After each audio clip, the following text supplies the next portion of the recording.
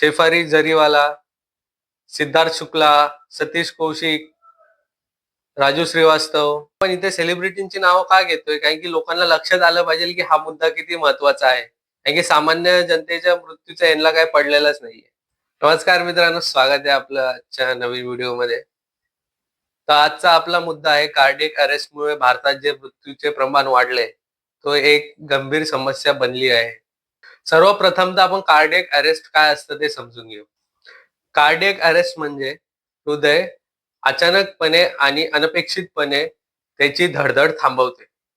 त्याच्यामुळे शरीरामध्ये होणारा रक्तप्रवाह बंद पडतो आणि व्यक्तीला चक्कर येते आणि त्याला जर तातडीने उपचार भेटले नाही तर त्याचा मृत्यू होतो. त्यासाठी त्याला प्रथमोपचाराची गरज असते. सर्वप्रथम आपण ॲम्ब्युलन्स बोलवणार, मग त्यानंतर त्याला सीपीआर देणार. ज्या व्यक्तीला कार्डियक अरेस्ट येतो त्याला सुरुवातीला एक एईडी नावाचं उपकरण वापरलं जातं. हे उपकरण म्हणजे काय? हे एक पोर्टेबल उपकरण असून इलेक्ट्रिक शॉकद्वारे हृदयाची धडधड पूर्वरित करण्यासाठी या यंत्राद्वारे प्रयत्न केला जातो.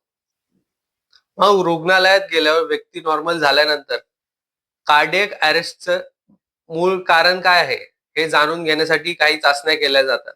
मुख्याने ईसीजी, काही रक्त चाचण्या असतात, इकोकार्डिओग्राम, छातीचा एक्स-रे, हृदयाचा एमआरआय स्कॅन आणि स्ट्रेस टेस्ट अशा काही चाचण्या केल्या जातात.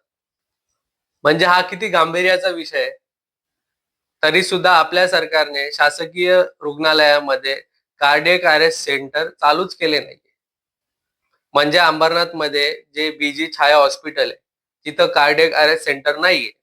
म्हणजे माझ्या मते असं दुसऱ्या शासकीय रुग्णालयात ही सुविधा असेल असं सुद्धा नाही. मग विषय असा येतो मित्रांनो की जे सरकार आम्ही विकास केला असं सांगत फिरतं सर्वीकडे, त्या विकासामध्ये चांगली रुग्णालय देणे हा मुद्दा येतो की नाही?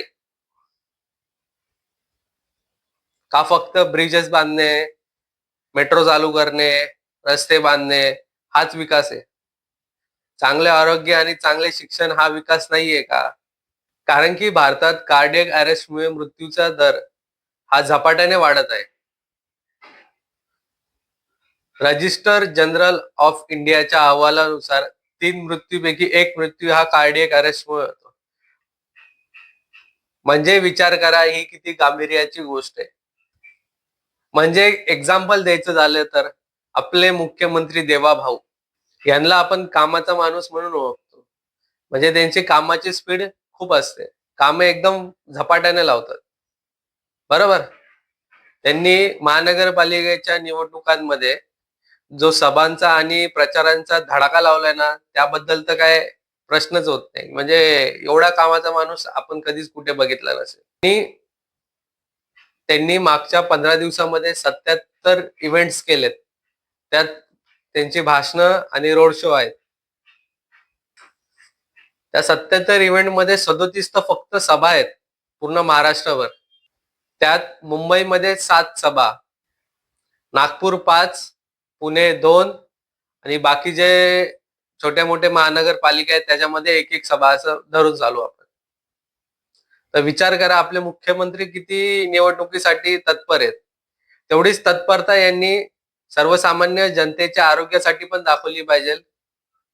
कारण आपल्या लोकशाहीमध्ये श्रीमंताच्या जीवाला जेवढी किंमत आहे ना, तेवढीच किंमत सर्वसामान्य जनतेच्या जीवाला सुद्धा आहे. का असं आहे की श्रीमंताला वेगळा नाही आणि गरीबाला वेगळा नाही? आणि कार्डियक अरेस्टच्या हाय रिस्क स्टेटमध्ये सुद्धा महाराष्ट्र हा पहिल्या क्रमांकावर आहे. तर मला असं वाटतं आपल्या सरकारने लवकरात लवकर सर्व शासकीय रुग्णालयामध्ये कार्डियक अरेस्ट सेंटर्स चालू करावी. का फक्त निसर्ग तोडून ब्रिज, इमारती, रस्ते, एअरपोर्ट हाच विकास आहे? सर्वसामान्याच्या जीवाला काही किंमत आहे का नाही?